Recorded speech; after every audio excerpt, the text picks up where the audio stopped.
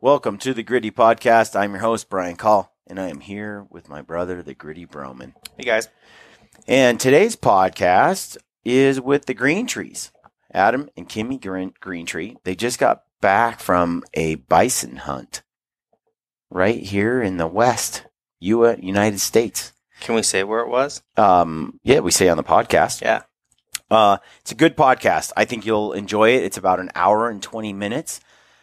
I thought it was great. I am so interested in hunting buffalo, hearing the story, hearing how big this thing is, its behavior. We don't have a lot of modern buffalo hunts going on. I don't know what else is like it even. And we don't really have a lot of experience on how it's done in today's day. A lot of people want to say it's like walking up and shooting a cow, yet this was a very wild buffalo that Adam chased. It was not. It's free range. It's older than dirt. It survived its time in the wild. It's a very interesting story, and we get into the fact that most states in the United States do not manage buffalo or bison as a native species that has been restored to the landscape. Rather, they treat buffalo as livestock and manage them as livestock. There's a few states that do have a wild population that are considered big game animals, but that's not very many. When you classify an animal as a big game animal, it falls under all the wildlife is owned by the people of the state, managed by the state, and it's a resource that is owned by the state, and then it has certain protections and rules around it, and it's treated as a wild animal that's on the landscape, that belongs on the landscape, that needs to be cared for as such, and managed to have sustainable populations and so on. If you put buffalo here in a state and they're classified as that, it has to be managed that way. It offers them a certain amount of protection. So like in Texas, there's not much public land left. There's none. So, like for example, elk. Elk roamed in Texas. There was big elk populations in Texas, but Texas classifies elk as a livestock animal. Therefore, you can have it on your private land. You can do whatever you want for it. It is not managed by the state and is not a big game animal. There's no tags required to kill them, nothing like that. Buffalo are like that in a lot of states as well. It kind of irritates me because, we do something like restore wolves, and we say, oh, we got to bring grizzly bear back. And I think that's noble and good. And don't hear much about bringing the buffalo back. But nobody seems to cry for the buffalo. No one wants them back on the landscape in a wild sense. But they want these wolves, and they should be protected, and they should be restored across the nation into every area that they were extirpated from. But buffalo, there were some 60 million roaming the continent. Let's see here. This is straight off Wikipedia, so we know that's true. But in the 19th century, they became nearly extinct by a combination. Buffalo became nearly extinct by a combination of commercial hunting and slaughter. And in the 19th century, they also contracted a lot of bovine diseases from domestic cattle. But with a population in excess of 60 million in the late 18th century, the species was down to some 200 animals by the end of the 19th century. Pretty crazy. We almost wiped them out. But buffalo are back. There's 500,000 on this continent now. That's a far cry from 60 million. And that makes you think too. Everybody freaks out about cow farts today, right? Like global warming, cow farts are a problem. Emissions, right? Emissions. Your car has emissions. It doesn't fart. And so cow farts are this scary thing. But 60 million buffalo were on the continent farting all over. Mm-hmm. And it seemed like our environment handled it. So I think there's more to that story. It's just food for thought, Brent. I just don't see a buffalo having a more dainty fart than a cow. Yeah. I mean, it's a very, very interesting thought. Anyway, the buffalo is a fascinating animal. It's been a long time since I've read Stephen Ranilla's book, American Buffalo, where all of this is written in great detail. I think there was some 20 buffaloes left in the lower 48 at one point as part of that 200 that we had remaining in the U.S. I think the rest were up in Canada, up where nobody knew where they were. Mm-hmm. I can't remember. Haven't read it in a while. But go back and read it. I'm going to refresh myself. It's a great book. But it makes you think about the way we manage wildlife today and what a magnificent animal the American buffalo is, the bison is. This discussion, I think, is a good one. Hope you enjoy it. Greentrees are always fun to have on. Kimmi and Adam are awesome people. So hope you enjoy it. And, before we go, movie night is Friday. The 15th. We sold out, so not everybody's going to be able to make it. Great announcement. I'm hoping people that are coming, you have a good time.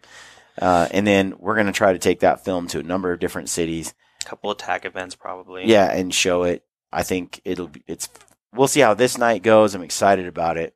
Come see us at the Hunt Expo on Thursday, Friday, Saturday. We're down there selling Gritty hats and t-shirts, and we're going to do a couple live podcasts. We got a live podcast in the afternoon on Friday at 3 o'clock, and then we have a live podcast we're going to do at 10 o'clock on Saturday. And those podcasts, the first one is pretty cool. It's an elk panel. I've got Corey Jacobson, Ryan Lampers, Ryan Carter, Phelps. I think Phelps. So we have a cool crew. It's going to be there to do a live podcast. We'll stream it too. And then the one at 10 o'clock is a mule deer panel, all, Western hunting. And this panel is pretty cool too. So you'll have to wait and see. Come on down though. If you're at the expo, visit us at 10 on Saturday, 3 o'clock on Friday, and join us for the live podcast. Anyway, hope you enjoy this podcast. As always, we appreciate all you do to support the Gritty Show. Leave us your comments below on the YouTube channel. Leave us a review on iTunes. We greatly appreciate that. Send all your emails. Go to briancall.com. Sign up for our email newsletter. All of that is greatly appreciated. And as always, stay gritty. Stay gritty. All right, folks. Welcome to the Gritty Podcast. We are here with the Greentrees. Hello. Today. Hi. In the Gritty Studio in Fruit Heights. Their new home. Yeah. This is pretty much their new home. This is our kitchen. No, seriously, you guys have been in the States for a while now. 6 months. 6 months. Long time. Half a year. I get questions all the time. So do you guys live here now? Or where do you live? And I'm just like nowhere. We're homeless. Yeah. And how has this past 6 months been? Unbelievable. Really cool. Yeah. Be a shed a tear when it ends. Really? I will, yeah. I feel like that I'm going to cry when I get home. Yeah, maybe both. I don't know. It's a long time away from what you know. Yeah. But it's also a long time to get familiar and fall in love with somewhere else. Yeah, that's true. Yeah. And because, think of 6 months vacation. It's just fun. And then it'll probably all be fun when we go home as well. But it seems like there will be a little bit more work and chill out period. All the normality of life. Yeah. Yeah. And when you've been going so flat out, doing so many fun things, that just ordinary day life really sucks. Yeah, I was like, you guys are kind of living a fantasy really right now. Sucks. When you guys go back home, you're going to cry, not because you're back in Aussieville. It's because, this sucks. We got a beach and all this stuff, but I'm not doing stuff anymore. Yeah, well, real life goes on. Yeah, I know. I have to juggle real life with the cool stuff. Yeah. I bet Rihanna's going to be stoked to have her house back. Too. Maybe. Yeah. We've spent more nights in her house than she has. I think so. Yeah. She has been traveling a lot. Yeah. And you also put together her entertainment center for her. I hung a pronghorn chest mount on the wall, put the entertainment. I've cleaned the saw that last garage. night. I've shoveled the snow out of the freaking driveway 20 times. And then it snows again that night. It does seem like a lot of snow here, doesn't it? Yeah. Shockingly. There is. I've said it before, but they are like Chevy Chase's family, Mm-hmm. the Griswolds. Yeah. They got their trailer. The Aussie version. They're traveling the United States of America, and they're just dropping in wherever they need to. But it doesn't go that wrong, I don't think. No, you guys have been, you guys are the... You go to a house and you leave it in better condition. Better than condition. when you found it. Yeah. Probably. Yeah. Not so much Yeah. the Of grizzly. course. Yeah. So tell me this: you just got back from a bison hunt, buffalo hunt, American buffalo, and I want to hear all about it, folks. I have not talked to you guys at all about it. It's a dream hunt that I've always wanted to do. I didn't even realize that it was like a big deal. Oh, Yeah. Really? Like that there's a few it's things. everyone's like dream hunt. For apparently. starters, they're ancient. Like, that's an ancient creature. They were around when saber-tooth and woolly mammoths were around. That's what I thought And- when we saw it. I was Yeah. like, And they're built different. They're built from a different area. They're not built like a deer or something like that. When you cut one up, they're different. They've got 4 back straps for starters, not 2. So most animals just have 2 clean back straps either side. They've got 2 separate back straps on each side that have a defined line between them. One runs in a completely different direction upwards. So they're a different creature. The hair's different on The them. hump. Like the hump. That was freaky. That hump is all bone. So they've got like a It was like their spine. spine, Their spine is Yeah. like 15 inches tall. So there's a massive void there as well. If you're trying to shoot one, that spine's, it's only, 4 or 5 inches towards the back, and then it just keeps growing towards the front, ends up pushing that lung down really low. So there's a void of like 20 something inches in the top of a bison. That's just muscle and bone. So the lung sits a lot lower, heart sits about normal, like a normal animal. But anyway, so there's a couple of things that make them so incredible. The Indians hunted them. Like, they're a species that's been hunted for a long time. Native Americans hunted them, sorry. And they're just a different creature, completely different creature. You were talking about fur versus hair. Yeah. And I saw that. And What's so I the was very definition? curious. Because I just Well- guessed at it. I just thought hair is thinner. Well, than think of a fur. rabbit or a fox, like their fur, and there's a license called fur bearer's license. Not a hair bearer's license, a fur bearer's Yeah. license, because it's a much thinner, I think it's a much finer monocle Right. and Molecule? molecule. That might be Yeah. it. Thank Yeah. you. No worries. That's why I'm here. Little backup teacher. I'm the And, grammar police. You are, yeah. You do a good job. And so, like, elk's got, like, hair. Yeah. It's like a more coarser. Well, and the bison's, it's actually got, it seems to have a mixture of both, but Yeah. it's so fluffy, dude. And it's so That's what I was going to dense. ask you about, because a guy wrote in on your Instagram and said there were 7,000 hairs per square inch. I think it was a which lady is- that actually farms bison. That's over 1 million hairs per square foot. Something like- ridiculous like that. Like, you cannot penetrate it with your fingers to see where the hide starts. Yeah. You know, it's like, It's crazy. So after I saw that, I was like, So I looked it up, and from what I can tell, hair versus fur is chemically they're identical. They're both made out of keratin. They're both exactly the same. What I read was the main difference is that hair, like you were saying, Adam, grows really long, Okay. and it tends to have a long growth cycle. Therefore, it doesn't shed. Like fur has a super short growth cycle, so it grows and falls out, grows and falls out. doesn't grows and actually Okay. get really dense. exactly. Right? It doesn't get to get very, very long, Okay. but it will grow dense. You'll have, just like the buffalo here, super thick. Like, human hair isn't as thick as animal fur. A lot of animals' fur, I guess, but it varies so much from animal to animal. Yeah, it Yeah. does. But I mean, just looking at the hide when you had it up, it looked Pinned like up, a yeah. giant brown bear I know. coat I know. from Yeah. Like the Alaskan Alaska, Peninsula. Right? Look at that. Yeah. Incredible, I'm isn't going it? to move this over here. That's the first time that I ever have skun. Is that the right word? Yeah. Like skinned it? Skinned Yes. it? Yeah, Skinned an just skinned an animal. Yeah. That's Yeah. the first time. And I was like, wow. It Yeah. was crazy. That's a heck of an animal to That's skin.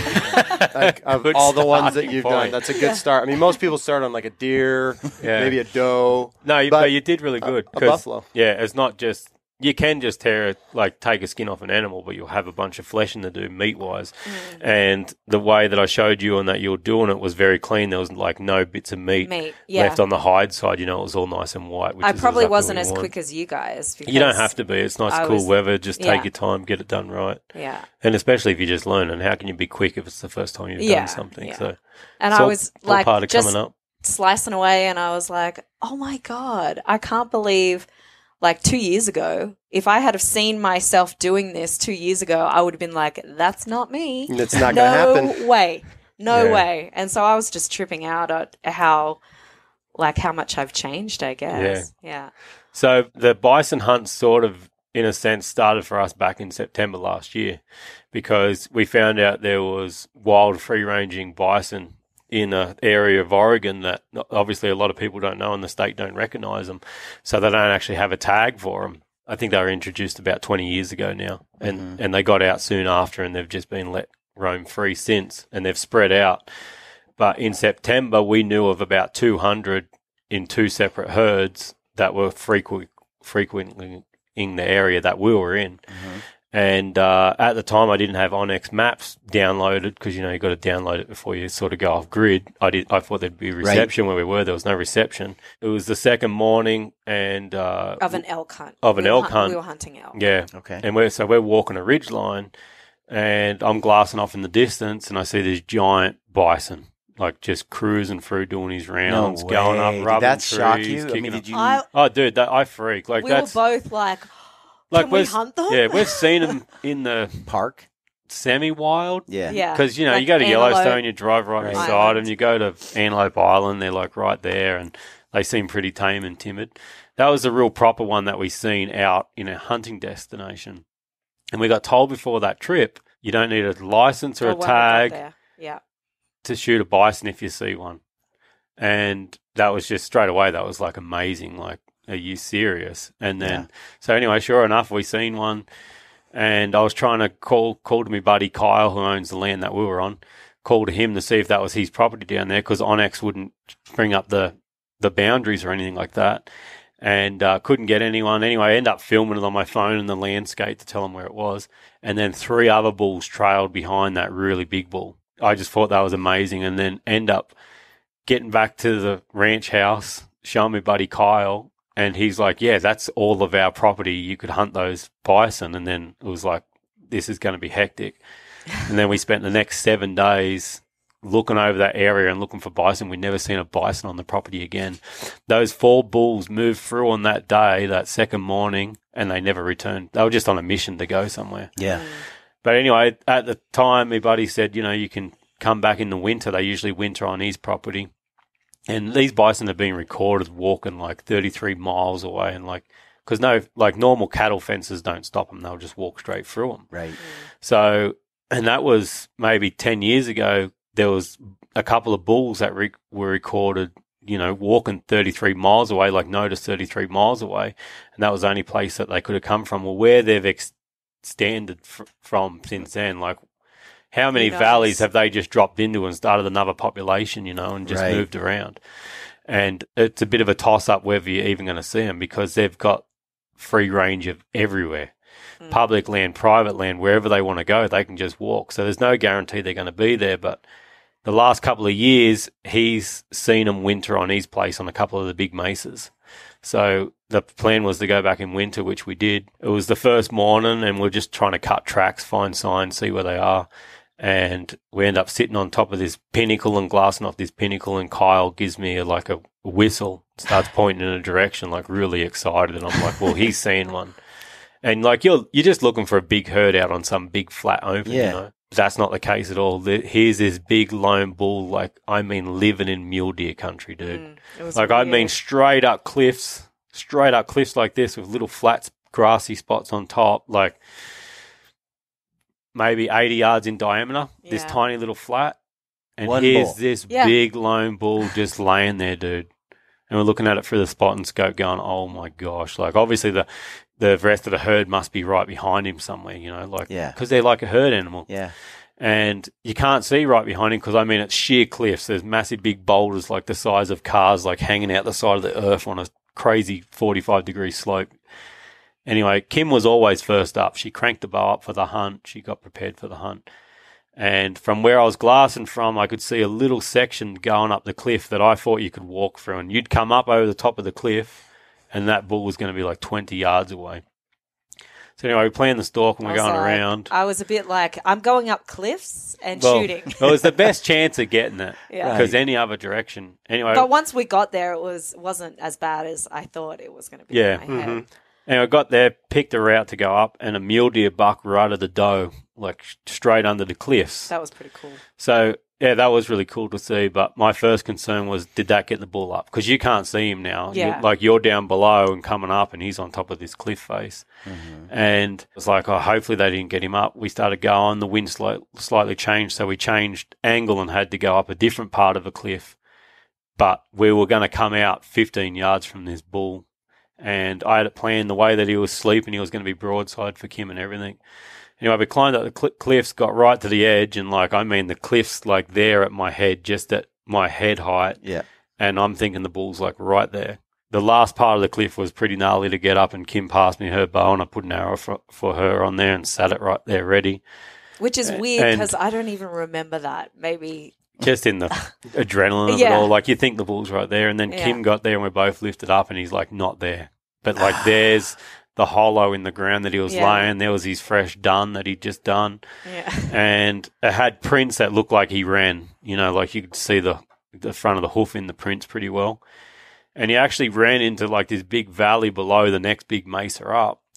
And you couldn't quite see in there. The only other direction that I thought he could have went was like stuff you just wouldn't imagine any sort of ox breed to walk on. Like, I just mean it was like it was just gnarly. It was like rocky. You expected like a mountain lion to jump out of the rocks, And we're cruising around there, and we were trying to film the hunt and everything. And I had my buddy Kyle there from Packed Out. Kyle Westbrook was there, and he was filming. And Kyle was sort of below me, and we're just sort of moseying along. We're just trying to get height to look back down to where we thought the bison went. But I'm still aware and looking around, and Kim's probably 100 yards behind me or something now. I don't think I was that far. Maybe 50 yards or something behind me. And because she was filming a little bit of the hunt on her phone. And then... Don't make me seem like a slacker. No, not at all. No, you were filming. Just there filming. She couldn't keep up with me. I'm Adam Greentree. Only thing Kimmy's good for keeping up on is Instagram. Exactly. Appreciate it. Thanks, sweetie. Thanks for coming. Thanks, Dal. Yeah. And anyway, I'm walking along and I hear... And I'm like stopped, and I'm like looking everywhere in front of me. There's a cliff face there. There's like right there in front of me. There's a cliff face, like 60 yards away. And I'm like looking. I'm like, do I want to see this thing that bad that I'm hearing things? Because they do make a funny sound. It's like a very subtle, pissed off grunt moan. I'm like, I need to look. I had a couple of little trees in front of me. I just wanted to look past them, and I walk. And I looked past, and for some reason, something caught my eye, and I turned there, and under the tree, just 40 yards under this cliff, so it's tucked in the shadow of the cliff and under this tree, it's a giant bull. Massive. How do you not see a giant bull at 40 friggin' yards? You're like, that had to be humbling. Oh, humbling, like as in made me feel really dumb. Yeah, it did. And although this year that happened to me, where I was walking up on a wounded elk, and it was about the same distance, and I didn't even see it. I was looking beyond it, and it was right there, and it stood up, and I'm like, how did I not see that? I was standing there for like crazy. a minute. Well, a bison front on is actually very dark. Like the whole head's dark, that beard's sort of dark and blends it, and the front of the legs is really dark. And him in the shadows, front on to me. Tree. Yeah. And so he's front on. He's not bedded. He's front on, not bedded enough. At 40 he's yards. front on and standing there. I watched one running down a road the other day. Oh, I saw that. I've only been tagged in that about 2,000 times. That thing looks like because I killed a bison. Is this your bison? But no. that is crazy. You see that thing moving, the speed, yeah, and the muscles. Yeah, and God. it's not even trying. It's just like in a little skip. You see it. Anyway, so as soon as I see this thing front on, like I reach for an arrow straight away, and then it just like they are not docile in the wild like that. This thing starts sprinting flat out to the side. So I'm running and loading an arrow on at the same time, and this bit's on video. I nearly stacked it, like a big rock fell out from underneath my feet, and I'm running, and for some another stupid reason, I don't know why, my instinct said to make a noise back, and the noise that come out of me was a pig. Like, if a pig ran off, the noise that I'd stop to make a pig. So you squealed a little bit? I was like that. and I remember saying to myself in my head, you dickhead, it's a bison. And I've never made a bison noise my whole entire life. I've never made a bison noise. That's the first time I've really heard one. Right. So I'm running and I've loaded the arrow on it, and then I'm just like, like that. And this thing's in a full sprint, dude. And as I go, I see its head turning as it's sprinting, and I'm like, straight away, I know this thing's going to stop. I come the full drive, follow it, no time to range it, obviously. And I just said in my head, like, 50, 60, or 70, and then every pin still fit on the animal, because it's like this tall, dude. Yeah. Every pin was still on that animal. And I figured it was the midway or the further of the two. Mm-hmm. And so the 70 was on his heart, or just around his heart. 60 would have been middle lungs, and 50 would have been top of the lungs. And I shot, and I suppose he was 67. And I watched that arrow the whole, like, this happened so quick. Like, but yeah, that crazy. arrow's in slow-mo. Still in my head, that arrow's in slow-mo. It's like the Matrix. Dude, I watched that thing sink straight into its armpit, like right into the heart. I don't know what to say. I don't know what to do. Because the thing is, it was supposed to be Kim's as well. Right. So there's that feeling, like, but there's also the feeling is it's now or maybe never, you know? Yeah. And the other thing was, we always thought the big herd would be behind him, because those big bulls usually just hang around the main herd. We found one, we'll find them all. Anyway, this thing, and then it starts sprinting flat out, and you see it slow down, and then right in view, it's like, gets the rock up, dude. Starts stumbling, goes behind a rock, and obviously crashes. And you got this on film? Yeah, I got it on film, yeah. And I don't know how Kyle ended up getting the camera I up don't and even know filming how it like it You seemed just hear like Kim- about 10 seconds. Yeah. If Happened that, so fast. So fast. All I see is Adam just kind of stumbling, and I was like, what's going on? Why is he like running? And then he's got an arrow on and he's pulling back, and I hear the shot, and I'm like, oh my God, what just happened? You hear that? And don't even forget the part where you heard your man go, you know? I to stop actually it. didn't even hear that. You didn't hear though. that? No. Oh, but that buffalo did. Oh, he And heard it. do you guys know how fast a bison can run? Over 30 miles miles per hour. Yeah. Up to 40 miles per hour. Really? Clock another 10. Yeah. Or in Australia, that's 64 kilometers. There you go. Oh, 64 wow. Right? Kilometers. Kilometers, sorry. Yeah. Kilometers. I He know made what a you mean. mistake. I get one too. Yeah.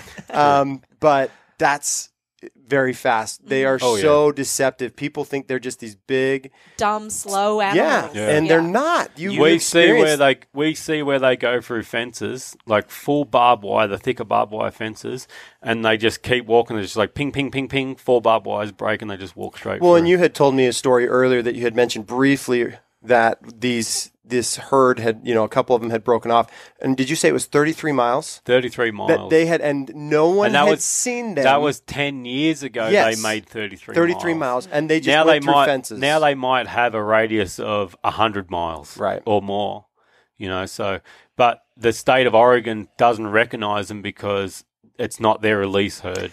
Or it's not I suppose you could call it, it's not a natural herd, because originally I brought in for stock. I want to get into that a little bit later and get your thoughts on that and kind of talk about that. But before we do, I want to finish hearing this story. Yeah. So anyway, I smoked it. You hear Kim's like, oh my gosh. And I you see me look at the cameraman, and I'm like, and I look at Kim, and I'm like, and then it sunk in. It actually did sink in that, like, this thing is massive. Like, there's bison, and then there's, like, grandpa bison. What do you call it? G-pa. A G-pa. A G-pa bison. Taught you that today. And because I just knew, even all the bison, all the big bulls that I've seen in Yellowstone, everything like that, I just remember when I shot that, it just looked bigger than everything again. Like, the hump on its back, its head, it just looked massive. Is there an age estimate that you know on this? Well, they live to 15 to 16 years in the wild.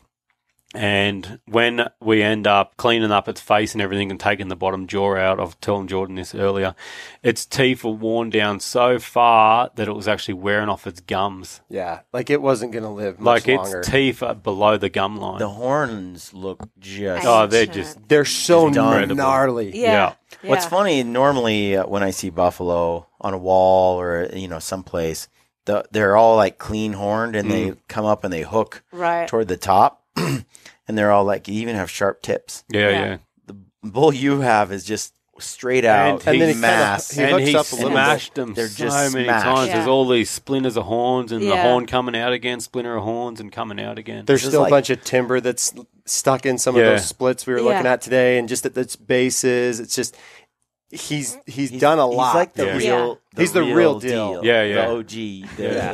Yeah. Which is a fluke in a sense, because it's not like we were like, oh, there's 20 bison there. That one's the oldest. We want to go for Right. him. It's not a fluke because we're out there looking. Right. We're out there searching, looking. Our mission is to find a bison. It's not what you and- expected. No. No. And to find a bull like that, what happens in that last year or 2 years of their life when they get to a point, they don't move on with the herd. This is what I've found out now, and it's the same with nearly any wild ox species. They won't migrate with the herd. They stay back. They're too old. It's like they know they won't Make make Make it. so they Yeah. stay where they are. And so to shoot a bull like that's friggin' special. So rather than risk the travel, Yeah. they risk being alone. Yeah. True. Yeah. It's I guess one it's- danger over yeah. another. Yeah, and it happens actually with a lot of animals where they become solitary. They get to a certain age and they become a solitary animal, and that's where you find your. I bet it just doesn't happen that often. No. Most animals don't make it No. that far. I found it a bit with water buffalo, Yeah. and it'll be a whole area. It'd be a whole area that in the wet season there's 1,000 buffalo in there, and then in the dry season there's 6, but all 6 are like old bulls. And if you remember the 8-day solo trek that I did in Arnhem Land last Yeah. year, every bull that I seen 2 cows and a calf. Every other animal I seen was an old bull, and 2 of them I actually shot and they couldn't walk anymore. They were so old and malnutrition that they couldn't carry themselves properly anymore. They just stumbled everywhere they went. And they're sort of, I call them mercy kills. Like, you still stalk them and they don't know you're there Yeah. and everything, but it's just just a bit different. Yeah. At least this bison was healthy and running and like wild, and like the meat's friggin' delicious. Because the first thing I thought I wanted was, to ask you guys that. yeah, I thought Not this yet. meat is, not yet. Jordan, don't cut in, mate. Thank you, I was- Adam. I was you. just really excited. Just keep it in your head, and if Yeah. I go past that point, bring me back. Yeah.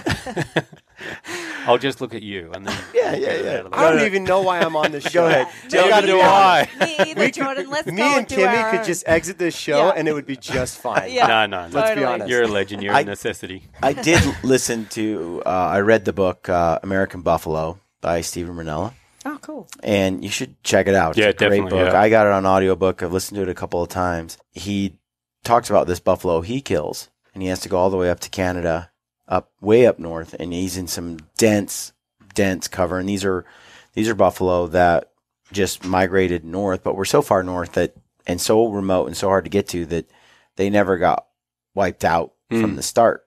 They live in some just gnarly country that you would not expect buffalo to live in, but yet they do, and they thrive. So it kind of changed when I read that book. It changed my whole perspective on buffalo and what they're Capable like. of Yeah. and stuff. Yeah. So it doesn't surprise me having read the book That but it's they're in kinda that cool. gnarly country, yeah. I would have hunted them wherever they were, as long as an animal's wild and free. I don't care if it lives in the open or the rough, raggedy mountains. But the fact that it was in that rough terrain, it really added to it. And I even remember, like, Kim come over and, like, we hugged and was just, like, freaking amazing and letting it sink in. At what point were you disgusted because he shot it out from under you? Instantly. She pretty much Chivalry straight away is dead. said, tried to make me feel bad. Yeah. And she's like, I "That used some words. Yeah. So No, I she did it mentioned- all in I don't jest. know if Brian actually can empathize with us because I have done the exact same thing to my wife. Oh, really? Yeah, I shot a turkey out underneath her, and she was like, "Wow, so glad this was your hunt. Oh, What yeah, happened yeah. to ladies first Yeah, yeah. and all this Yeah. stuff?" And then when I showed everyone in camp, they were like, "So is that Jordan's?" And I'm like, "No, it's mine." And they're like, "Wow, Yeah. like what a turd!" But So I felt crap about that, but at the same time, not like we're there I to share completely everything. understand. Like, I was just happy. Like, going into it, I'm like, I don't care so long as, You get if one. we see one and we get one. That's generally Yeah. how I approach all hunting camps. Yeah. And it's not, I want the camp, especially on a low odds hunt or for an animal that it's like, whoa, can this even happen? I didn't even think anything, we had no idea. And I'm like, I don't, like going into it, just knowing that it may not happen. We may not even see one. So Did you see any other buffalo? Nope. They'd all moved way out of there for winter. So then for the next 6 days, like we just scoured the whole property. So we end up walking up to the bull. The arrow passed through it, and because that fur or hair, whatever you want to call it, is so dense, it didn't let a lot of blood come out real quick. Yeah, it's like a bear. And he still died just out of view. We really didn't know if he went down. We just seen that wobble right as he went over the edge. And so he'd gone about 80 yards, I suppose, and walked up. There's the arrow covered in blood. A couple little specks on the ground, nothing. And then, so it's still, nothing's for sure yet. Yeah, exactly. And I don't celebrate until I'm sitting with it, you know. And there's always that concern, like, did the arrow do its job? Did you hit it in the right spot? Whatever it is. It's a big animal, too. And then we come over just to rise, and there's this massive, big brown beast laying there. And it was like nothing else I've ever put my hand on before. I just remember walking up to it, put my hand on it. My hand just kept sinking into its fur, dude. And just the size of it, like just the size of its head, dude, it's bigger than my whole torso. And we're just like, it was like, it was just like, it was amazing. What just happened?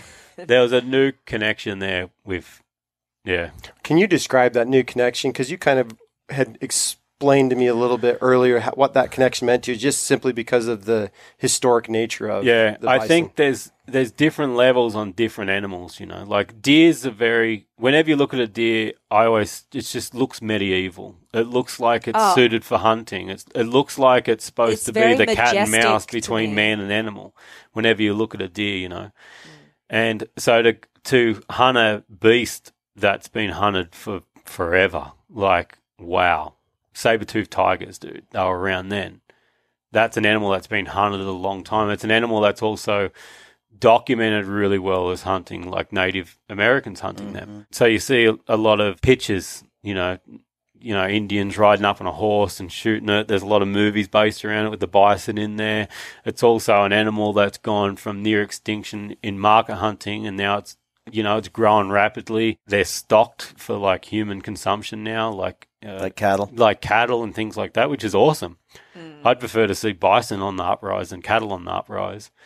But to go back to that connect, it's like it's something that's already instilled in you, you know, because we done that for so long, that same animal and everything, and it's incredible. One of the hardest things in hunting to explain is that connect, because it is like how do you explain something that's so spiritual, you know? It's almost like a chemical that's just running through you, and you can't explain it. It's just in your blood, you know. And I always think some people just got old blood in them, and you know, maybe that's us. Yeah.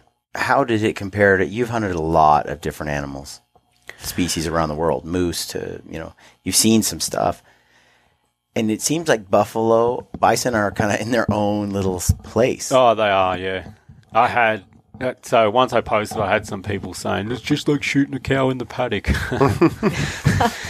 Not when you see how fast they move. And it was, the sucky thing was it was so short-lived. Like I had no idea. It jumped up, it rushed off. I ran after it. I stopped it. I rushed an arrow off. I smoked it. What was long-lived was the processing of the animal, you know, recovering the meat, the skin, everything breaking like it that. Apart, but the actual hunt was so short-lived. But from seeing them in September, the way they move around and carry on, the first big bull that we seen was more like a deer possessed in the rut than it was a cow walking a field. Yeah. Because this bull, we're watching it through the spot and scope. It'd walk up to a tree, suss that tree, go to the next tree, suss. And it just walked with attitude. It just walked like really it was in quickly. rut. Yeah, like it was. Not running, but it was just covered walking, a lot but of it covered ground. so much ground. Yeah, really quick. It would check little dust pads. You know, it'd kick in an area, it'd walk down the next bit, it'd change it. It was just very possessed. And it was. I imagine that bull was rutting. He was looking for some cows in heat.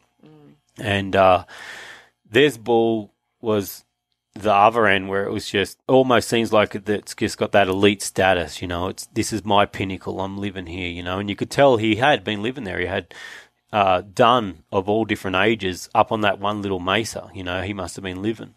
There was old prints, there was new prints, and then we end up finding prints throughout the next 6-7 days that belonged to that bull where he was coming and going. So when you saw that bull 10 years ago, this could be the same bull. I didn't see that bull 10 years ago, but in September, maybe it could have been the one that it we could were have been the looking same at. bull in September because that was just a big ranked bull. But this bull could have been there 10 years ago. Oh, easy. Yeah. 15 years ago. Yeah. Yeah, 15 years ago. Everything there is old enough now that when the ranchers originally brought them in to that area, they had ear tags in them. None of the bison have got ear tags anymore. This is a new generation. This is the new herd that's born wild, live in the wild, and go absolutely anywhere they want to go. We tracked this bull where he was crossing different roads. He'd go from one property to the next property. He'd go through public land. They just go everywhere. Because that's the other thing. Because the state of Oregon doesn't recognize a bison in its state because there's no tag, everyone automatically assumes that, they're all high fence or they're all ranch animals, which I've never, ever had. Like, anyone that knows me knows that I've never had an inkling of interest in shooting something that's closed range. All I do is hunt free range. But fast forward a little bit, I shot that in the morning. We got back at camp in the dark. And that whole time we were skinning, butchering, recovering meat, getting meat back to the vehicle and getting back to camp. But it didn't even seem like that long. It went really quickly for some reason. How does that compare to like a water buffalo? The bison's bigger in height, especially my bull. What I've noticed from a lot of bison photos is my bull's hump was nearly twice the size that I've seen on any other bison in a photo. It was just staunch, massive. It was bigger height-wise, but a water buffalo's a lot thicker, a lot wider. Yeah. And the bison's in such a shape that it does really thin out at the top. It's almost like a camel hump, Or And a moose even. Kind of like a moose hump. Yeah, and there wasn't a lot of meat on the ribs. There's nearly no neck to them. It's like that whole torso comes down, then there's just a head pops out of the torso. It's massive. And but in saying that, we filled 4 backpacks, like big Kafaru, like 5,000s or better, with meat and carried that out. And I couldn't make my mind up because I'm like, it's day one. We've got time on our side now. We're going to find others. We're going to get Kim on a couple of stalks or at least one stalk. And so I couldn't make my mind up if I wanted the floor rug out of it, like a throw rug or something, or I wanted to mount it because I'm like, how prehistoric this thing looks, like in its own age even, not just the species. That far out would be an awesome mount to put on the wall. So anyway, I scun it out in such a way that it could be either. It could be a floor rug first, and if Kim shot one, hers would be a floor rug and I'd mount mine. Or, I could still mount mine. I'd cape the face and everything out. But to do that there on the ground was going to be too hard and time consuming. We wanted to get back to camp because we had the kids back at camp with one of our friends. So I left the skull and everything on there. Because generally, if I'm in the backcountry, I will skin something out, face and all, take the skull off, remove the bottom jaw, remove all the face meat and everything, and you drop like pounds and pounds of weight. Right. Well, that photo there that's on the screen now, that is the whole bison. That's the entire hide. That's the entire his hide. Skull and his head and everything intact. So Kim and Kyle's like, that's not going to fit in that pack. And I'm like, well, hold my drink because I'm going to try.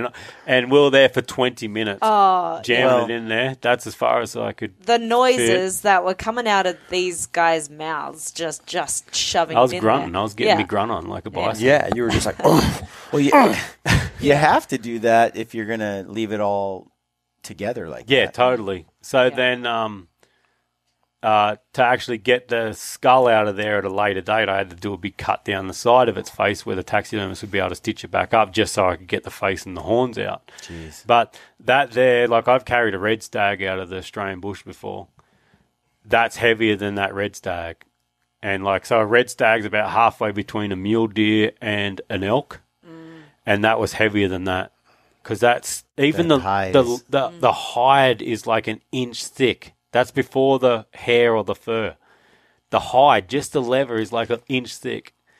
Yeah. And that skull, you lifted their skull when it was like defleshed and everything. Yeah, you pulled it out of the truck today and I held it and it was just like, wow. Yeah. Like it's weight. How much do you think that weighed? We were thinking it's up around 300 pounds. Yeah. It's the heaviest thing that I've lifted. And Kyle and Kim were trying to help me. And I'm like, don't help me up, because if I can't hold the weight, I'll friggin' break my back. I have to be able to bear the weight by myself, or we're not doing it. And so I ended up standing up. I got up, and I probably traveled only 100 yards with it like that. And physically, it's like on a hill. But and I'm no shame in saying this, I physically couldn't lift my leg to go another step. And I just collapsed on the ground. I'm like, this isn't going to work. We're going to have to do something else. And so we end up sort of leapfrogging it. We'd take the hide end over the head, and then the head end over the hide up the mountain. And Kim took a series of photos. We got to that cliff that's like this, and I had to take it up the cliff for the rocks. I felt a little bit helpless. I'm like, and do you want we were to do literally anything? putting the head between the rocks, carrying the skin up, putting that somewhere, and just the next 2 days, my hands, my arms, everything ached like you were skinning like for an hour or whatever. But even just moving him around into like positions and stuff like that, it was so he wasn't going to roll down the hill. Yeah. It was like... And I'm like, don't ever get underneath it, because if it rolled, it would crush you too. And I was saying, even though we're like sitting here, we're not complaining, because there's no question about it. Like, we're getting it out. It's still awesome. There's no question about it. We're taking all these bags of meat out. We're taking all this hide out. But we're just trying to tell you the struggle that's involved. You know what it's like. It's like, there's no question about it. This is what's happening. We're getting it out. And one way or another, it's happening. Yeah. It might take days. It's just but it's going to the way happen. it is. It's going to happen, yeah.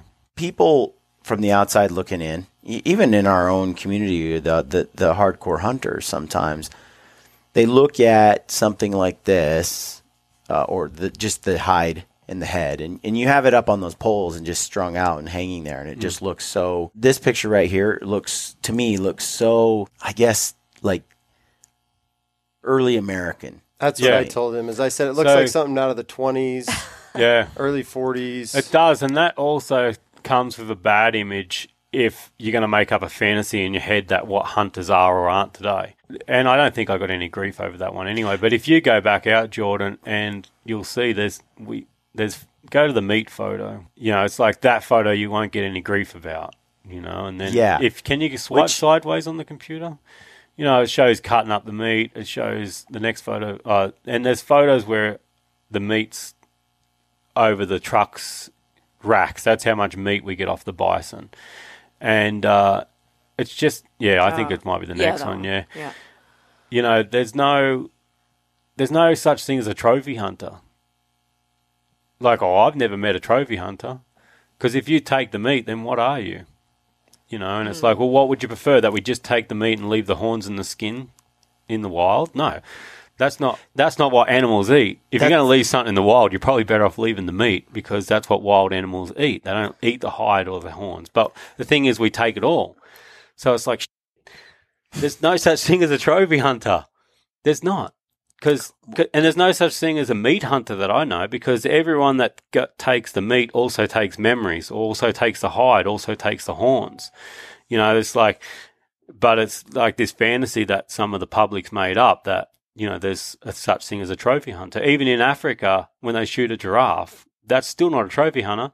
We eat bull elk here in America, right? Mm-hmm. Guess what they eat in Africa? They eat giraffe. So there's no real such thing.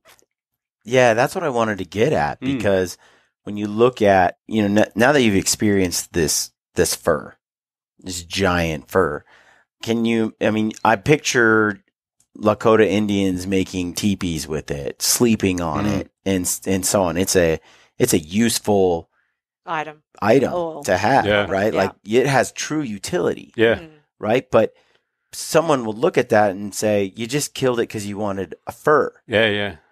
But what do you think about the idea of, because I run up against this all the time. We do all these things to quote unquote not kill animals, right? So we build some kind of synthetic, I don't know, sheep fur or some kind of synthetic or faux fur garment, or even we grow, like, we get tons of wool with sheep that are running around crapping everywhere in a domestic pen, you know, and we say, hey, you know, this didn't harm any animals, but it does. All of that stuff comes at some kind of manufacturing cost, synthetic, you know, some sort of, you know, the sheep take their toll, right? But you take the meat and you take that hide probably lasts your whole life and your kids' whole life. I was thinking about that. Yep. It's like going to be like an heirloom. And it's something that you genuinely use as a blanket, a robe, you know, you name it, right? Yeah. So my great-grandpa, Brigham Harbertson. So then there's my grandpa, Robert Harbertson, and my dad, Scott. So we still have the hide from a buffalo hunt from my great-great-grandpa. Amazing. Yeah. So insane. It's become an heirloom. It's also become a big part of our family. And Casey being the oldest, he said that he gets to keep it. Oh. And so, but it's good being the oldest. And my dad also went on a hunt as well. And so we have his hide as well.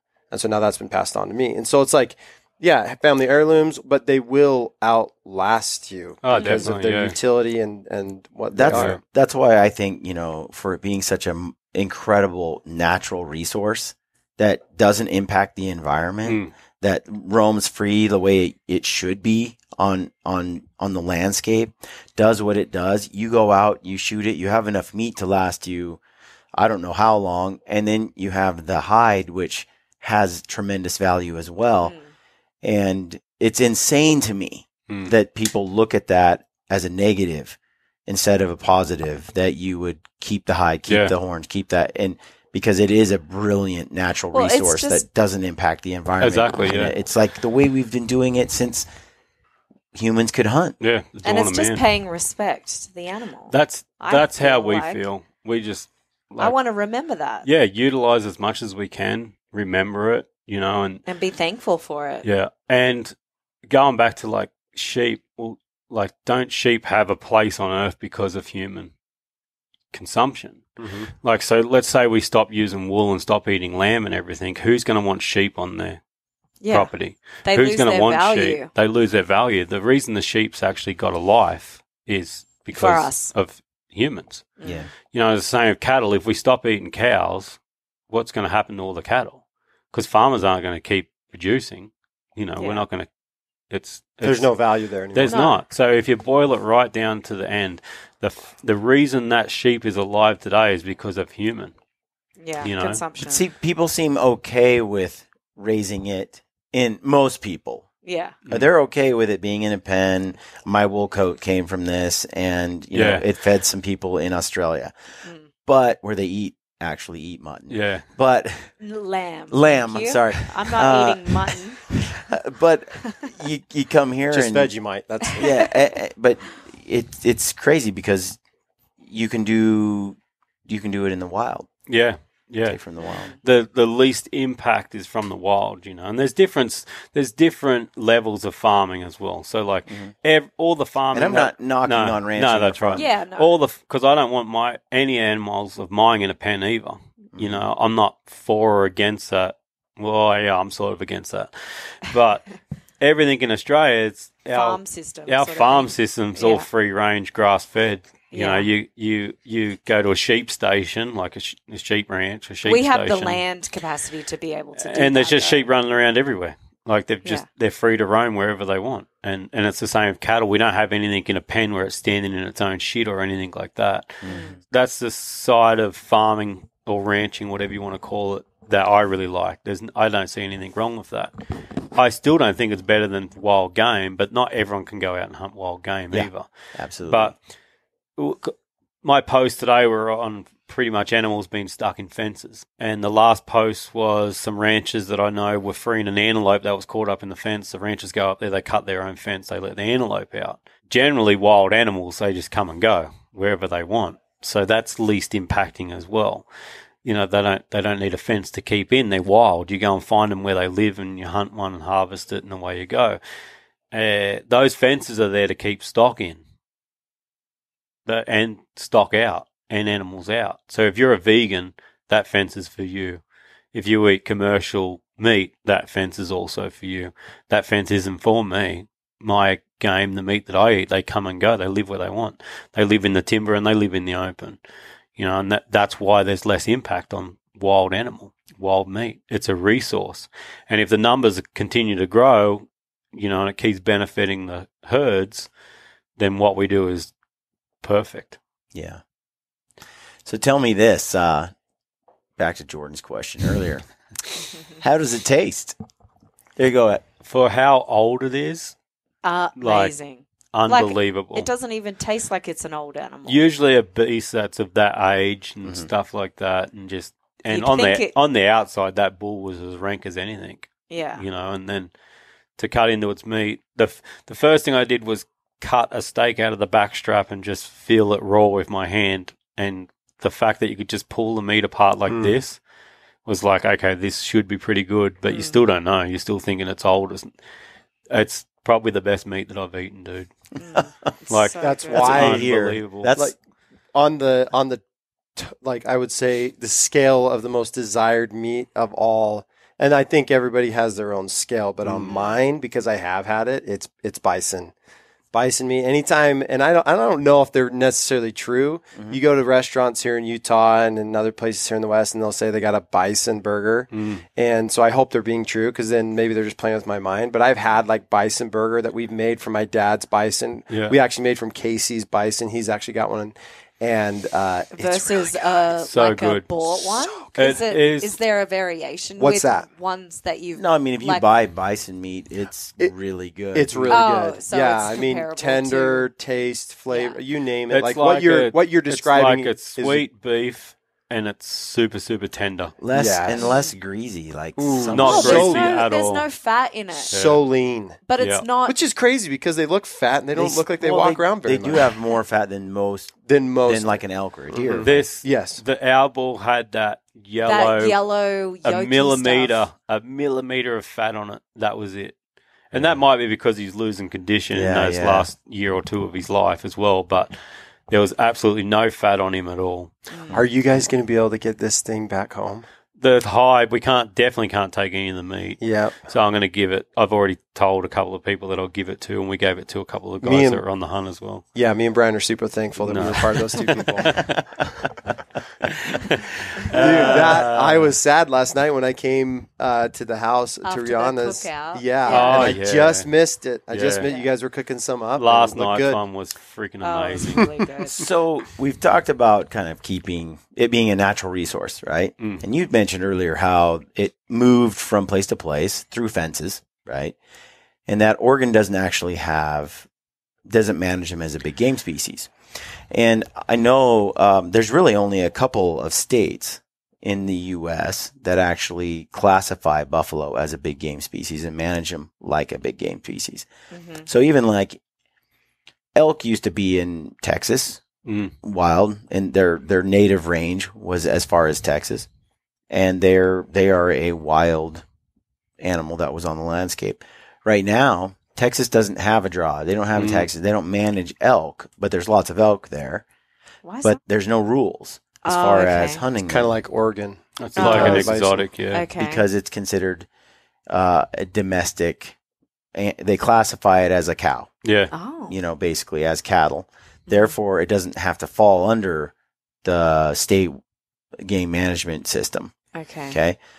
Many of the states out west, that's what they've done is they've classified buffalo as not a native species and not a wild species that fall under the purview of game management, but rather they classify them as livestock. Right. And then they come under all these livestock rules. And so that really irritates the hell out of me because we always talk about restoring wolves to the landscape. Let's put wolves out there and let's put elk out there and let's put deer out there and let's put all these animals back that have been extirpated from their former homes, right? Right. And I hear all this noble talk from non-hunters, that's like we should put the wolf back and it's not right and blah, blah, blah.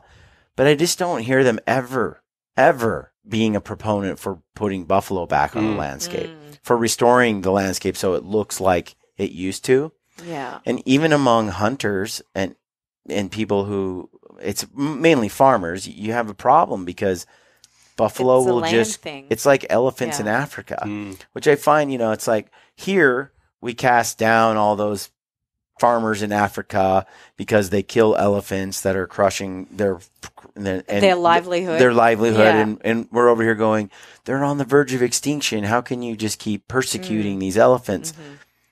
But we don't do that here. Yeah. We don't sit here and say, okay, yep, buffalo can roam free here, even though it's going to destroy, this entire swath. It's funny because all the locals that I've met in that area, like the ranchers, multiple ranchers, that it's frustrating that their bison just walk through a fence and rip a fence down because their cattle might go out after them as well.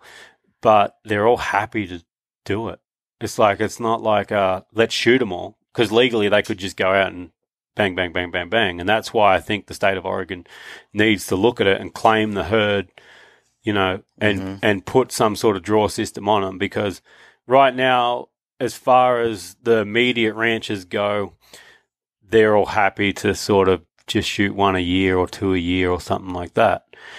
But let's just say someone else buys one of those ranches and the herd comes through there, and a couple of hundred bison come through there and they're sick of them. Legally, they can shoot every single one of them if they want. That will destroy the herd. I feel like this is the perfect herd to make claim to. Like, maybe some ranchers introduced them and they've gone wild and they've spread out or whatever. But from what I've heard, the genetics are pure.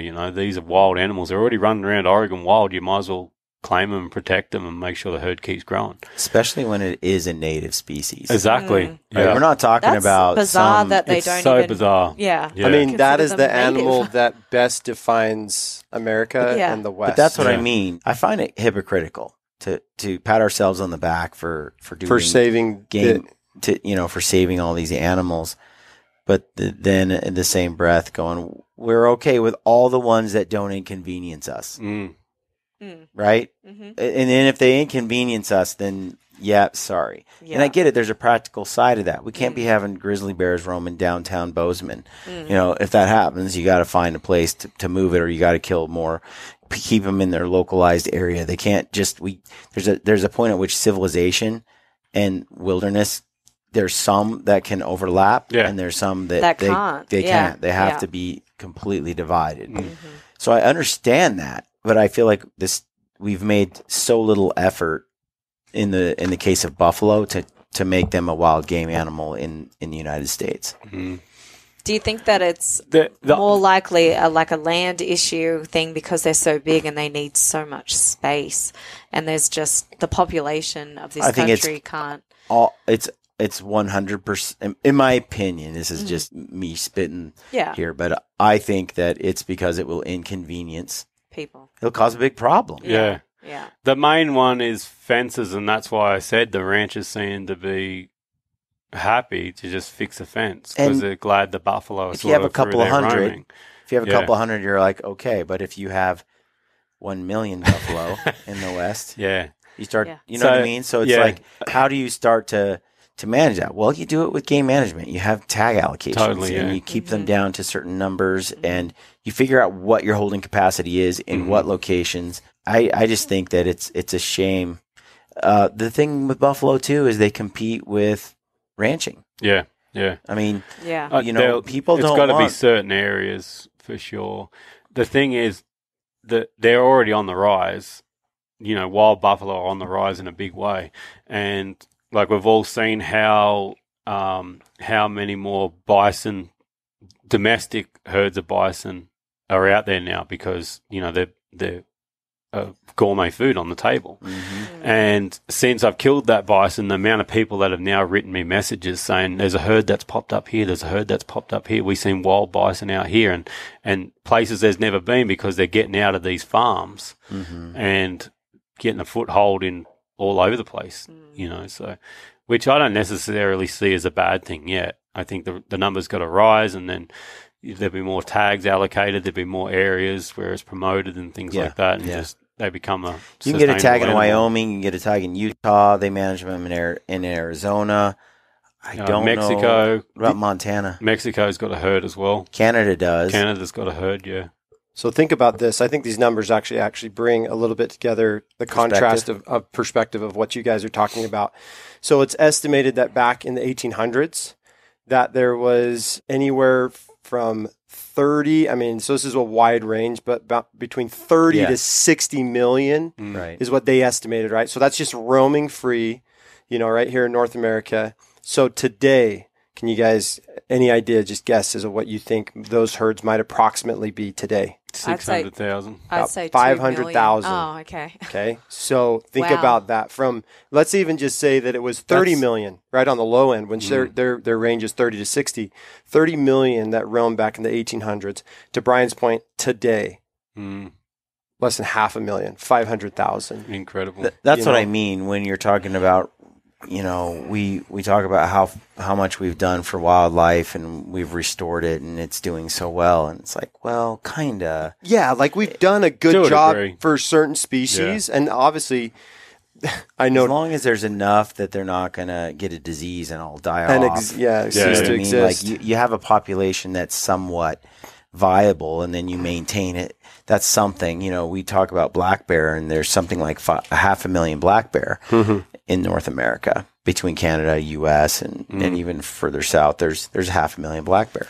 And you think, wow, that's great. Except how many humans are on this continent? I was just about to say, what was 3.2, the population in the 30 million 1800s compared to now? Well, the thing is, there was market hunting back then.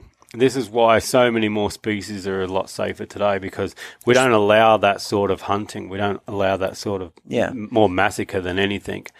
And there's rules and guidelines if it's wildlife. In place. There's rules and guidelines in place that it's really hard for something to be pushed back into like extinction, except for some of the smaller creatures that you don't get to see and manage really well. Frogs, Australia's marsupial population, things like that, where what's really out of our hands there is feral cats and foxes running those species to extinction. That's where the scary thing is. Like, that's something we don't manage because they're not people. We can't talk to them. We can't, So interesting enough, you asked the question, how many people were there back in 1800, right? So the census says that back in 1800, there was 5.3 million people in the United States. So also during that time, there was roughly 30 million buffalo. Today, there is over 325 million people that are here now, and you have this complete switch. And 500,000 buffalo. 500,000. but also if we went back 50 years to see how much the bison population has grown. Yeah. There's more population of people, but everyone's more understanding and switched on to these things, that the bison population now is going up instead of backwards. Right. Because it should also turn the other way, but it doesn't. And like that comes down to, what's that come down to? It comes down to knowledge, and organizations, and like Rocky Mountain Elk Foundation, like look at the elk numbers. Yeah, now. they were saying that other than the buffalo that were up in Canada that we didn't know about a few, I think this is correct, could be totally wrong, but we were down to like 16 buffalo that got kind of traded from one zoo to the next. And That's right, in the I was lower reading about 48, that. there was like 16. Are you serious? 17 buffalo. At their lowest point. Other than the, like I said, that I think that population up north, you're talking about verge of extinction, no doubt about it. And so to be where we're at today, I think that's great. But especially when we're talking about a population of bison that way outnumbers that 16 in a state that there's not even supposed to be bison. Right. Yeah, we've come a long way. And then when you look at, though, I don't know what percentage, 500,000 in comparison to 325 million people with a calculator, what is that? So, Yeah. do you want me to pull out the calculator? Yeah, I will. I think he does. So back in 1889, they had reached their lowest level, like when the trade was going on, right? And they were using their hides, meat. I mean, they actually really utilized the animal. Now, I can't find anything right now on Brian's 16, so we need to do some more research on that. But they were stating that the lowest number that it got to was 256 buffalo. Oh my that- god. So That's you what go- I was saying. Like, So, I think so the 16, again, take that contrast. there was of- like a couple hundred, I think, up north, but there In was a point total. where they thought there was only 16 because they didn't know about because that. they didn't know about the rest. But Right. 256 buffalo in capacity, and then Unbelievable. Wow. of those, then they moved 200 of those. So 56. I don't know where those 56 went, but 200 of those were then set into Yellowstone and protected. Yeah. by the- Either by way, the you're government. talking about a near extinction. Near Yeah. extinction. So like that's the contrast is. So I think it's a good to understand the point in which they thrived at their highest, to understand when they came to their lowest, and the fact that the United States has done a good job protecting the species. Maybe not in every state as being discussed, and I think there's a better job that can be done. But we are at over 500,000, which is good. But I think I hope that In relation, grow. I made a comment a while Same. back, which a few people got mad at me for. a lot of people get mad at you for a lot of things. Yeah, it just bounces You off. just say things though. gritty. You just speak So, your mind too much. Be more this- politically But that's correct. I made a comment No, about. I I like feel like it. we're That's on. why we love him. He's gritty. Yeah, exactly. I feel like we're on a single species planet, and I just threw it out there. And my point wasn't that there's not a lot of insects, or there's not a lot of, like, if you look at the number of mosquitoes, they might outnumber people. But my point Right. wasn't, I wasn't being literal, but Right. just that we dominate the planet, Oh, especially as a 100%. mammal. Yeah. And so doing the math, it's buffalo compared to humans. Buffaloes are 0.0001% of the human population.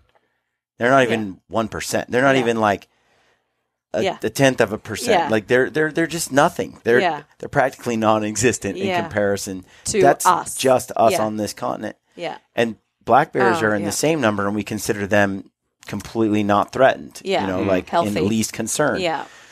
And so sometimes I just think it's we have this perspective. That's one of the reasons why I am a big proponent of public land, is because roughly 80% of our country is private. And I think there are a lot of individuals that have private land that care about wildlife and take great care of them. But there is 20% of our country that is labeled as untouched, like as public. This is for public use. And much of that is, these wilderness tracts or these contiguous forests where they're not commercial interests. There's not houses, there's not homes, can we not leave that 20% alone? And if you privatize it, what happens to it? If you look at Texas, it's a bleak future. I mean, there's a lot of animals in Texas that don't belong there. Right? Like they're not native there. I don't see It elk reminds me- running it around reminds there. me of I'm waiting Australia for a someone little to bit. shoot a tiger in Texas. It's A free ranging tiger. Yeah, or a lion. Yeah. Right. Oh yeah, just took a no, lion. you're right. I mean, right outside of Austin. there's but It's gonna Texas, some guy told us last week, yeah, if somebody comes up to you and says they shot something on public land, well, they's just poaching. Yeah, that's a direct quote from Jason Price, which was hilarious because he's like, "We don't have public land." So if somebody says, "Oh yeah, I never shot that That's on public insane, land," isn't he's it? poaching. He's definitely poaching. Public land accounts for 25 to 75% of the total land area of the United States, and the Forest Service manages 193 million acres. Which is roughly 8% of the And total all land. I'm It's not a saying- big percentage. Not a but- big percentage, which is I think all what I'm Brian's saying trying to is get across. If black bears represent 0.00001% of the human population, and if buffalo do, and if elk do, and we dominate the entire Oh yeah. landscape, Yeah. can we not just leave 20% Alone? alone? Yeah. That's Oh, all I'm definitely. asking. Yeah. It's Yeah. not like I don't think just you're asking it's, for much. I think it's scary to privatize it, because when that happens, right now you look at there are some exceptions where there are large tracts of private land that allow a grizzly bear to be a grizzly bear, but not much. And there is nothing that allows a buffalo to be a buffalo, apparently, because there's not many. Well, you can't keep them in. Like, how'd people keep them in? Well, they're not supposed to be kept in. Yeah, That's- exactly. They weren't made. No. God, Yeah. God Yeah. didn't That's make where them I'm to be saying, kept Yeah. in. And then if you do want to try and keep them in, then you introduce more disastrous things like big heavy duty fences that also stop the elk from their migration and Yeah, the mule yeah, deer yeah, and all yeah. sorts of things. Oh, yeah. But and even though that's a small percentage, there's a lot of public land here, but there needs to remain that much or more, you know. And then there's organisations that are fighting back to buy ranches and turn them back to more public land, more refuges and things like that. RMEF and others do that. And like I said, there are some tremendous private landowners that care greatly about wildlife, but it's really a sliver compared to the public land system. Oh, exactly. And there's hardly a man that wants to not live his life. You know, like everyone wants to keep living. People, we've just got to learn to live. How do we live better? You know, smaller, like not so much of a footprint and impact on the land, not and impact the animals land so much. You know, and I don't really know what the answer of that is because the population of the world's so great, but also no one's putting their hand up to sacrifice their own life to make more room for an animal. Well, have you ever seen the movie The Purge? Yeah. Oh my gosh, we talked about that this last week. That's all I kept thinking about this whole conversation. I'm like, Really? the Purge. but there is some statistically. The purge starts in 3, 2. Yeah. It does show that the human population is actually decreasing in educated and wealthy countries. Yeah. So we choose to have fewer kids. We choose to live a little differently than in a very poor, poverty-stricken nation where the population is growing dramatically. Yeah. So one of the things, if we care about the future, is simply to make everyone wealthier. Yeah. I mean, we make the world wealthier, pollution goes down.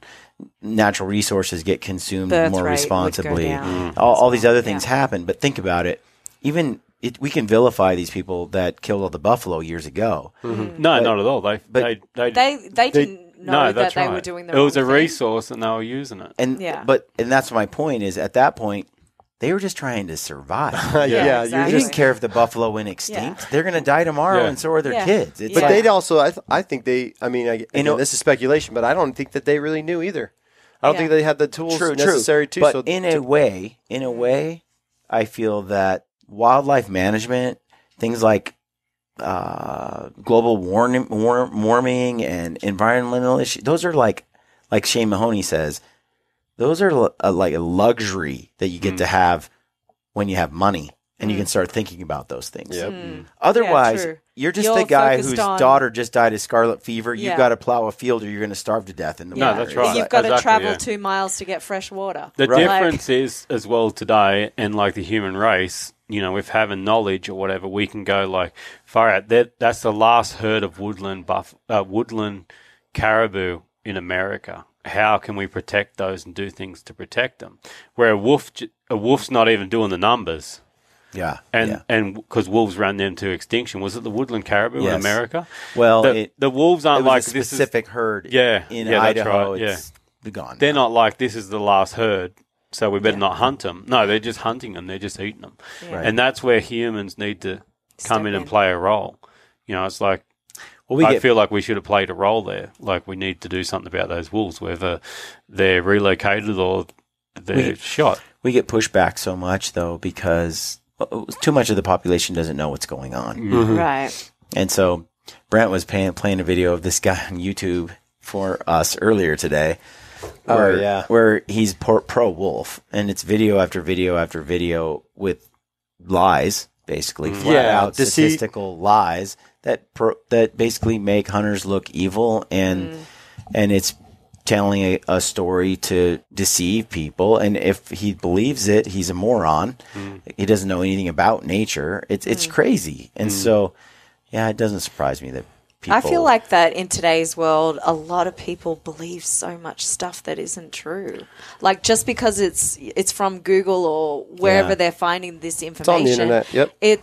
It's gospel. It's facts, and it's not necessarily the case. Yeah, you've definitely got to do your due diligence and dig a lot deeper to make sure that you're not only what you're hearing, like if you care enough, right? I think the point that I see in a lot of people is that they don't care enough, right? And so they're easily to do the due diligence. They're just like, oh, that's what they said, and so that's what a lot of like the media or websites or digital is trying to just get across, because we've become such a fast food world in consumption alone with that nobody does like what Brian and I will sit down and do is just sit down and read a book for one. Yeah. 2, which is read the entirety of the article and not just the headline. Right. Or look at the picture that's really neat that tells a really, stark contrast to what is happening, and they're not really. And so I think it's really important for all of us to make sure that we're doing our due diligence on informing and educating ourselves. So I have one quick question. I hope I'm not derailing. No, you're good. Okay. Yeah. You guys honestly talk about America like you're really proud to be here. I think you've been here.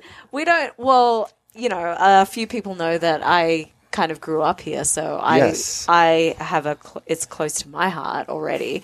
And like, even though that we love Australia and that's where we were born, we don't actually think of countries like that. Yeah. Like, it's all our world. Yeah. And it's just other people's agenda have put in place these countries, rules and everything like that. So I just think of it like the same as you guys. It's another piece of land. Yeah. Oh, exactly. Yeah. So do we get to the keep world? And I respect it like as if it was my own. Right. Yeah. So do we get to keep the green trees in America? Nope. So they're going back, huh? When do you guys go back to Australia?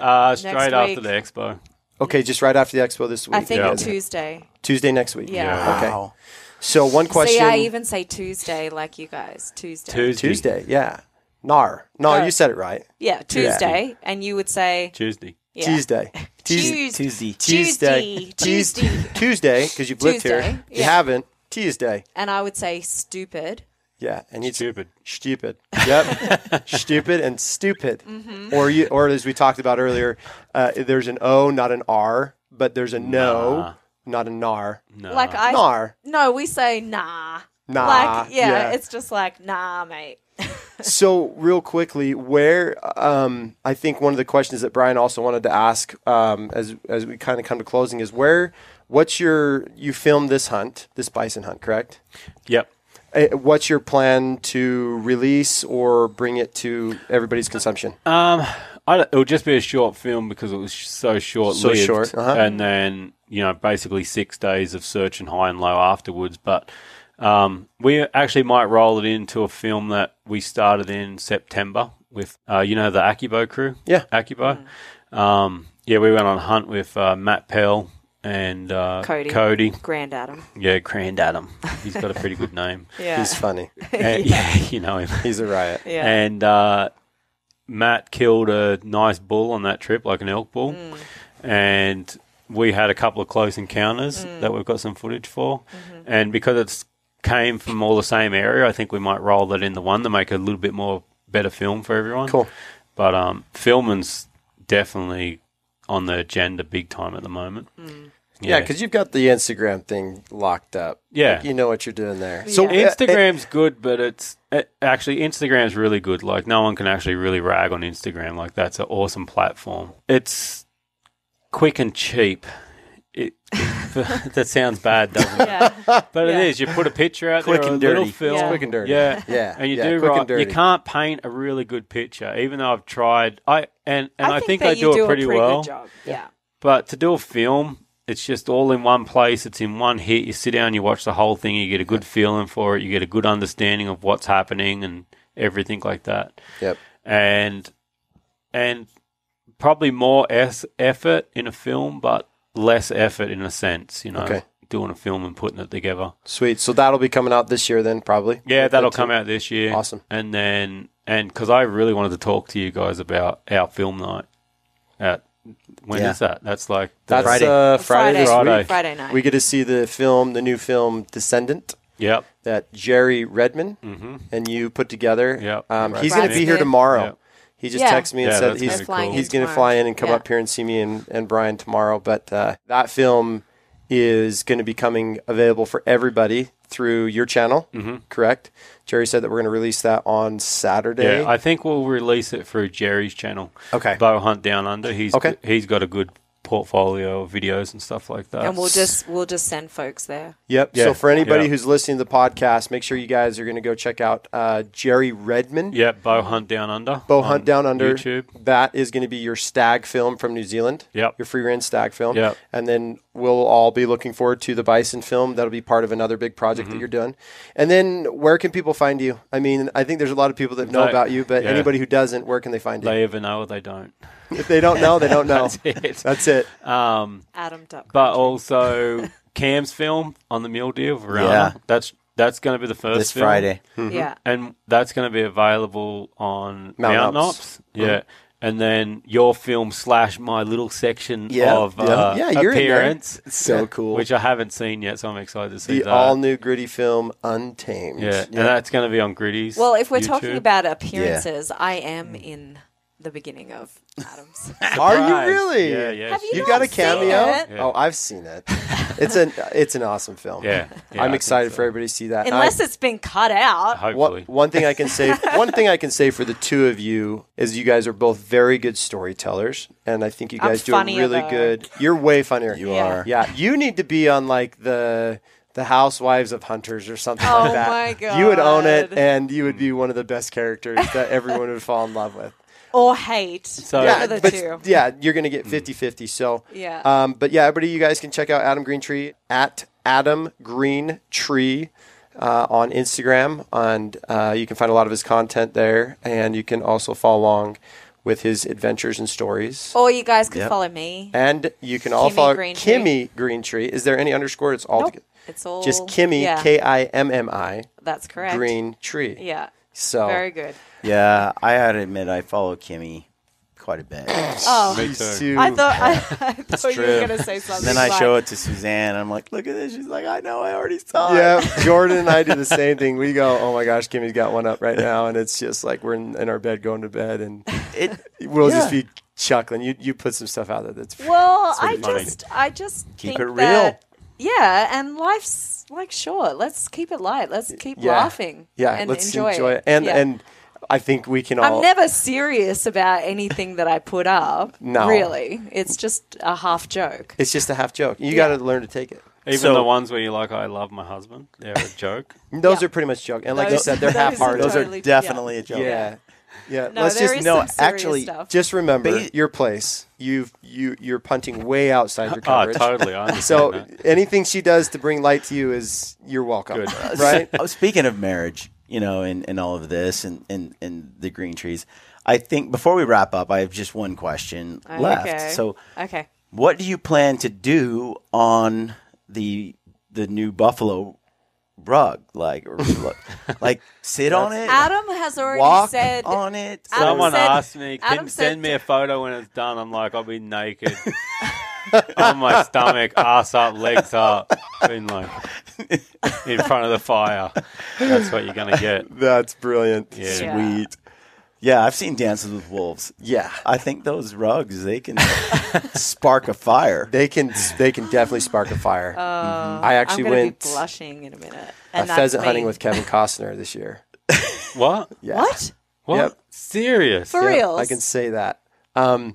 Dances with Jordan. He was hunting in the field Field next of to mine. Dreams, like Yeah. He like was hunting. Field of Dreams, Kevin Yes, Costner. Kevin, we like literally- if you build it, Dances he with will He's come. filming- With is a strong term. Yeah. Meaning in the I same like to- state. yeah, I at like the to say same that- time. Oh, So okay. basically, Yeah. we go to this pheasant farm, and Kevin Costner's there. Because I literally walk in, and the whole time we had this podcast discussion, I just kept thinking about Dances with Wolves and Kevin Costner because he's a legend.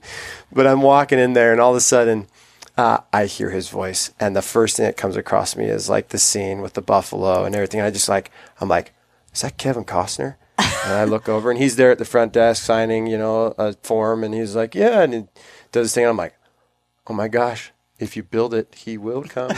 And it was crazy. So he ended up right next to where we were at. I didn't want to bother him. I know he probably gets that's bothered good. a lot, but he Yeah. was actually filming in Park City for his new show Yellowstone. Ah, cool. But yeah, so Dances with Wolves, Buffalo, all of it. The Green Trees. You guys are legends. Yes. You are me mates. Yes. You guys are me mates. Mates. We love you. We appreciate you. We adore you. And thank you guys for being on the show. Thanks Yes. for having having us on there. us. Yeah. As always, thanks, We brother. love you, positive fools. Stay gritty. Stay gritty, folks. Even down under.